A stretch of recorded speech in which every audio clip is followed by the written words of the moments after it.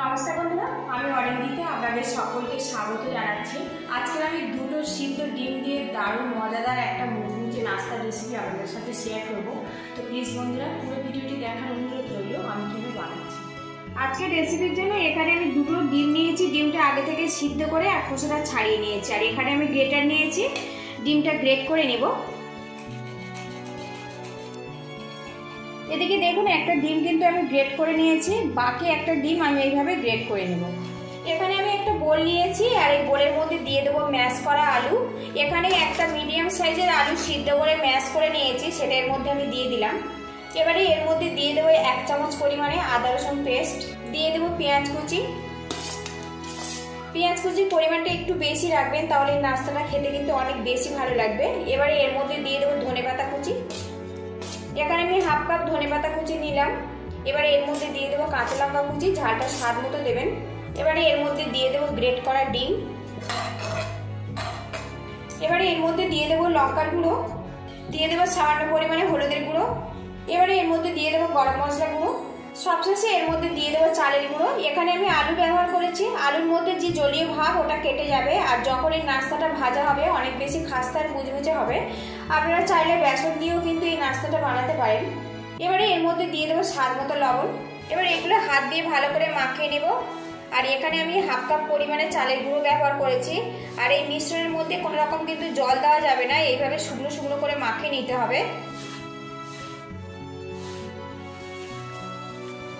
এদিকে দেখুন মিশ্রণটা কিন্তু আমার রেডি হয়ে গেছে। এইরকম শুকনো করে মিশ্রণটা কিন্তু রেডি করে নিতে হবে। এবার এটা আমি সাইড করে দেব। এবার কড়ার মধ্যে দিয়ে দেবো সাদা তেল। তেলটা ভালো করে গরম করে নেব। এদিকে তেলটা ভালো মতো গরম হয়ে গেছে, কড়ার চারিদিকে তেলটা ভালো করে লাগিয়ে দিতে হবে। এবারে এখানে কিছুটা ডিমের মিশ্রণ নিয়েছি, এই তেলের মধ্যে ছোট ছোট পপকর্নের আকার করে আমি দিয়ে দেব, দিয়ে ফ্রাই করে নেব।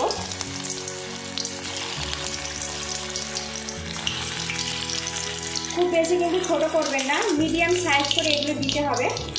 ডিমের এই পপকর্নগুলো একটু অসমান করে দেবেন, তাহলে কিন্তু অনেক বেশি মুচমুচে হবে। এই পপকর্নগুলো আমি 3টে ব্যাচে ভালো করে ভেজে নেব।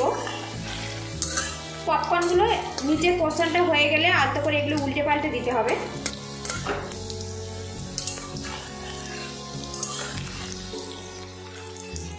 এদিকে পপকর্নগুলো আমি উল্টে পাল্টে একদম মুচমুচে করে ভেজে নিয়েছি। এবার এগুলো আমি তেল থেকে তুলে নেব।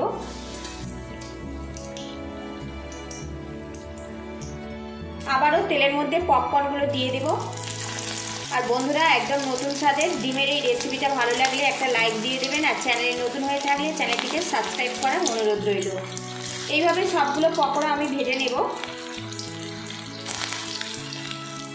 এদিকে দেখুন পপকর্নগুলো কিন্তু আমার সুন্দরভাবে ভাজা কমপ্লিট হয়ে গেছে। আর এখন দেখুন কতটা খাস্তা আর মুচমুচে হয়েছে। দেখুন শব্দ শুনে আশা করি আপনারা বুঝতে পারছেন এটা কতটা মুচমুচেভাবে তৈরি হয়েছে।